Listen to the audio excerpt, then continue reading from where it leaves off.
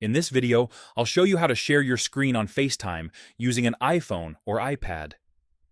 This is perfect if you want to show apps, settings, or help someone step by step. First, open the FaceTime app. Tap New FaceTime and start a call with someone. You must already be in an active FaceTime call to share your screen. Once the call starts, look at the bottom of the screen. Tap the three dots menu. Now tap Screen Sharing. Then tap Share My Screen. You'll see a short countdown. After that, your screen is now being shared.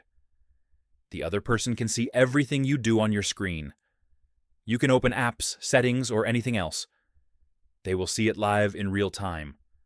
To stop sharing, open FaceTime again.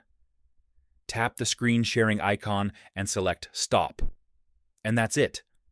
That's how to share your screen on FaceTime on iPhone or iPad. Like and subscribe for more helpful iOS tutorials.